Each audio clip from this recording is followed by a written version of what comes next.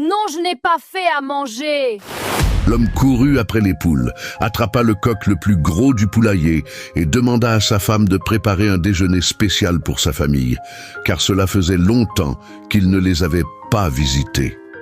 Il voulait faire une surprise, quelque chose de spécial. Sa femme, de son côté, répondit « Écoute, je vais y réfléchir ». Le mari insista. « Oh femme, réfléchis-y, mais fais-le parce que ton poulet rôti est incomparable. » Le lendemain, il partit travailler tout excité par la surprise qu'il préparerait pour sa famille. Vers l'heure du déjeuner, il rentra à la maison et, en ouvrant la porte, il n'y avait rien sur la table ni odeur de nourriture. Sa femme était allongée sur le canapé avec son téléphone à la main. Lui, agacé, demanda « Ma famille arrive bientôt, où est le déjeuner ?» La femme se leva avec colère et répondit « Je n'ai pas fait à manger, je n'en avais pas envie. Ta famille est de la maison, ils peuvent manger ce qu'il y a dans le frigo. » Furieux, le mari mit un sac à dos sur ses épaules et s'en alla. 1 heure plus tard, la sonnette retentit.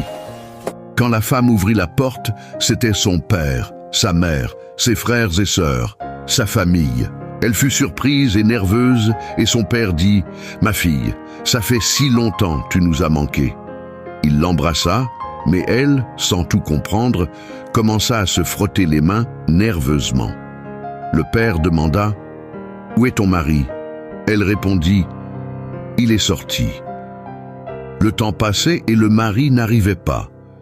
La famille continuait à demander « Où est-il » Il nous a appelés tout joyeux. Il nous a invités à déjeuner ici. Et maintenant, où est-il parti ? Elle, inquiète, appela son mari et demanda « Où es-tu » Il répondit « Je suis très loin de la maison. » Et elle insista « Mais pourquoi tu ne m'as pas dit que c'était ma famille qui venait ?»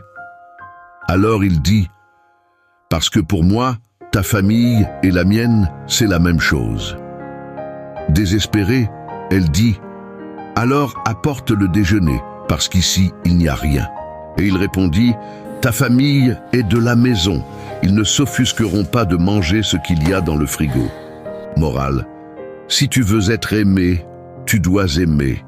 La réciprocité doit être authentique. La famille est une institution créée par Dieu. Et aussi différente que soit la famille de ton conjoint de la tienne, c'est toujours une famille et elle mérite le respect. L'amour et la considération se démontrent par des actes, pas seulement par des mots.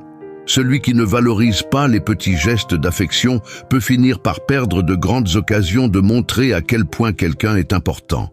Si cette histoire t'a fait réfléchir, partage-la avec quelqu'un qui en a besoin aujourd'hui.